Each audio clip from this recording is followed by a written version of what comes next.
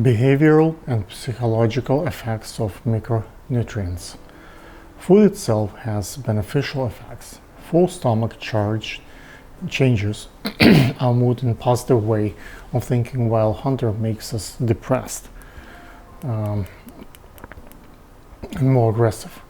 But besides influence of behavioral connected with fulfillment of the stomach, there are a lot of commonly known behavioral fluctuations induced by eating certain products. Numerous studies showed connection between healthy gut and healthy brain, including a reduced risk of neurological disorders and mental health disease. Such correlation was even confirmed by studies of relation between microbiome composition with mental deviations. Folk practitioners recommending including many samples of antidepressant effects on different vegetarian productions like Coke, coffee, ginger, aloe root, marijuana, dimana herb, and others.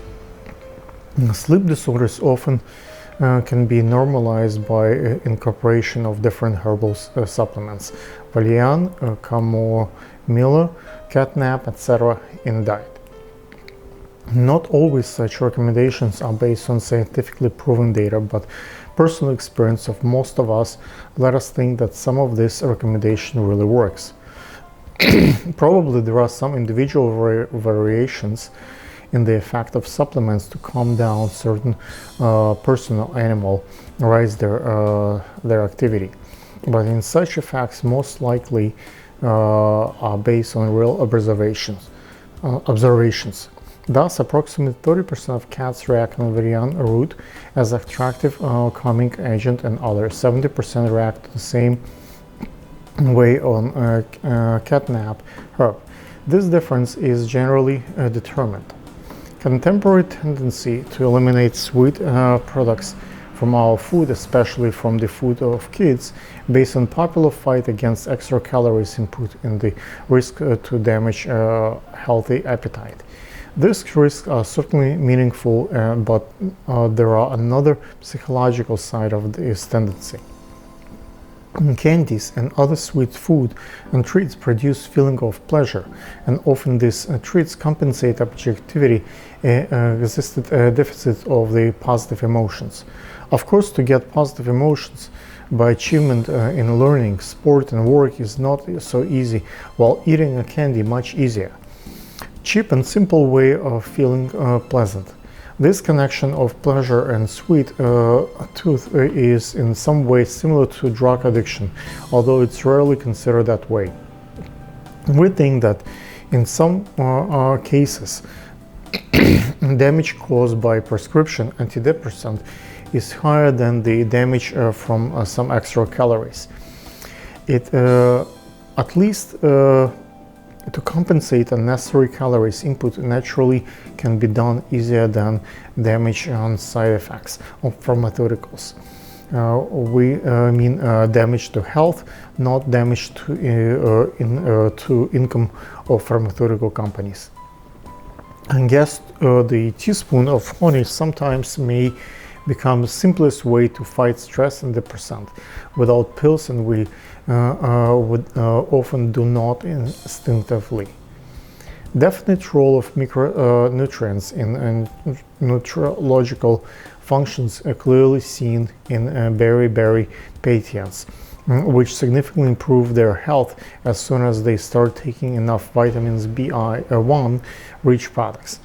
Compare with nutrological pathology changes in behavior by food supplements can be detected not so easily, and there are a few reasonable scientists report on that. On the other side, it's trivial that many plants and mushrooms contain substances which significantly affect human behavior.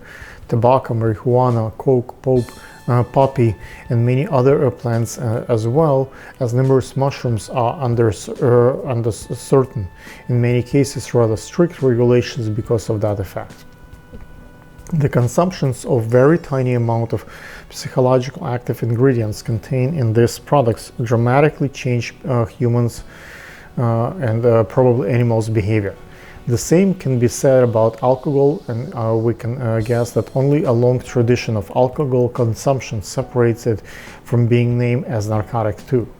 Talking about alcohol, we should not be concerned just with wine, beer, and drugs. Or hard drinks. Many sugar-rich regular natural products can contain some portion of alcohol, which can appear there due to fermentation of sugars. It was rather popular stories about drink rabbit, which ate cellulose-rich food, and then cellulose would convert into alcohol by its fermentation in rabbit bowel. Naturalists also report about drunk elephants, which properly eat overripe fruits. To talk about alcohol influence on behavior is a banality. Seductive effects of herbal supplements, which contain valerian, catnap, St. John's wort, and other herbs, seems undisputable. The other herb supplements, like Therodamiana, humble, etc., certainly have activation effects on animal behavior, for instance, on libido. Their effect might be mediated by influence on breathing and blood circulation, but finally it appears as a modulation of behavioral activity. Numerous studies show a connection between healthy gut and healthy brain, including reduced risk of neurological disorientation and mental health disease. Ashwatthanga has long been a staple as Ayurvedic medicine, the ancient healing tradition from India. The root of this herb has typically been used for improving anxiety. There are many claims that folk medicine may enhance memory and improve intellectual power. On such effect pretend several herbal remedies, ginkgo, ginseng, etc. It might be true that it leads due to better blood circulation, but not too much trust data prove that. In absence of proof, that might be because of difficulty to precisely measure the brain power. For me, the inability of IQ tests is experimental animal makes such evaluation rather than doubtful, while measurable of brain function on humans are too flexible. See also chapter 18d on that matter.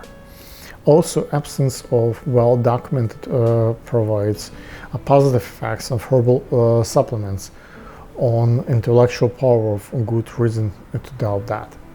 On other side, proven ability to enhance intellectual property of the brain by vitamins